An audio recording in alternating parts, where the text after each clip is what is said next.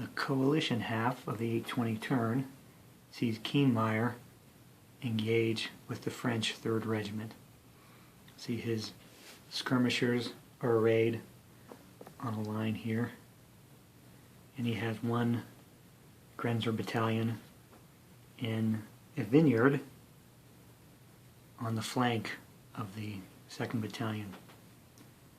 So we're going to conduct French defensive fire against the skirmishers they have in their front.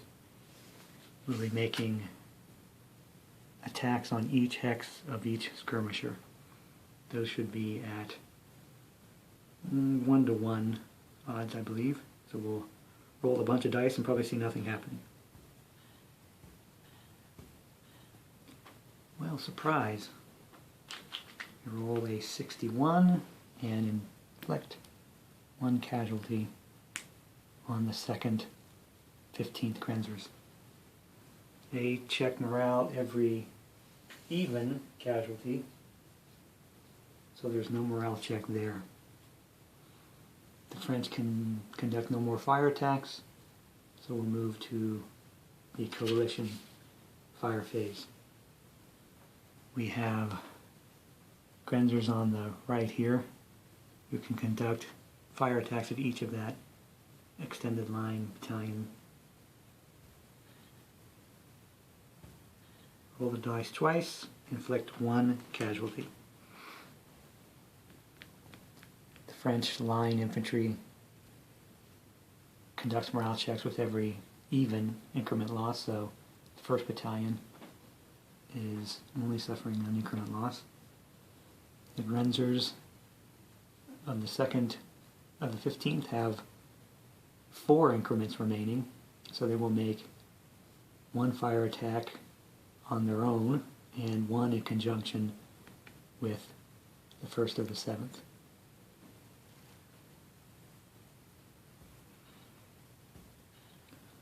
Roll some terrible dice, no hits, so the fire combat comes to a close.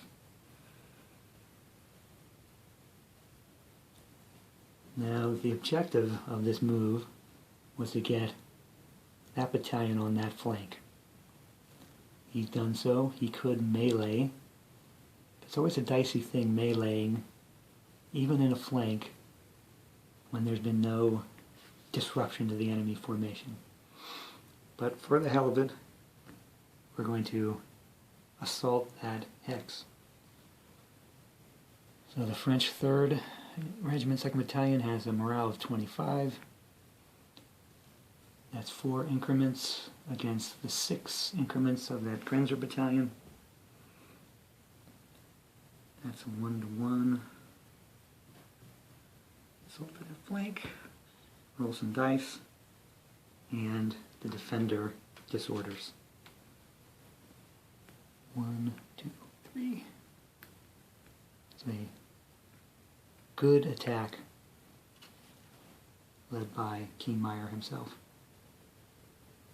The Grenzers of the 1st and 15th will merely stay in place. And that concludes the melee phase. And that brings the turn to a conclusion. So let's take a look at where we are at the end of the 820 turn. The only real action is Kienmayer closing in on Telnitz.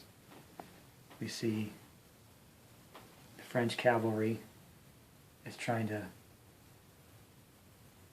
take some blocking positions between the 2 towns. We see Austerlitz's cavalry advancing into that open area. The lonely Cossacks are waiting to do their good work in the rear areas. They haven't gotten very far yet.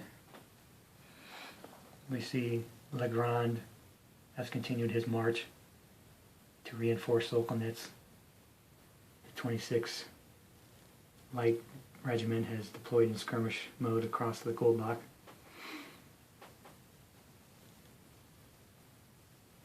Most of the action is maneuver.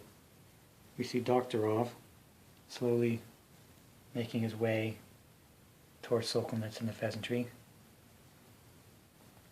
We see Langeron slowly making his way towards Kobelnitz and Puntovitz. We see third column, however, I don't know how to pronounce that guy's name, but he is moving similarly right along the side of the second column.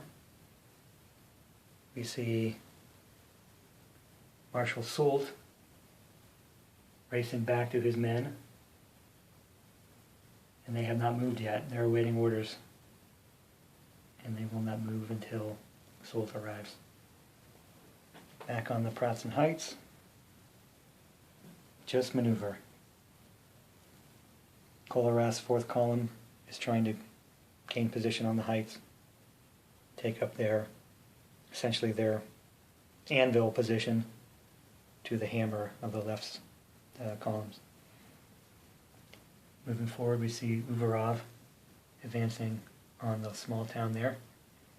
His job is just to get on the flank of Bagration and also steal some victory points.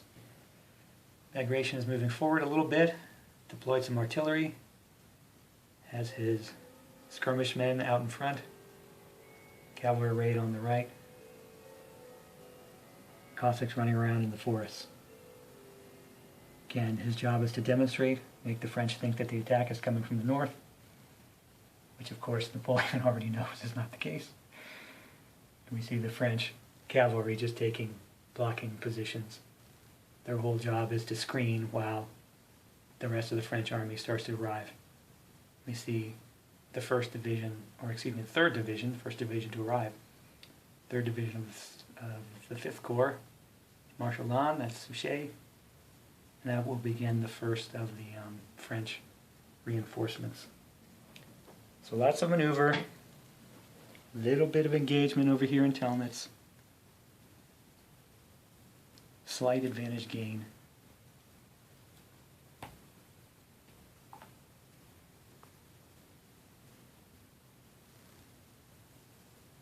End of the 820 turn of Austerlitz.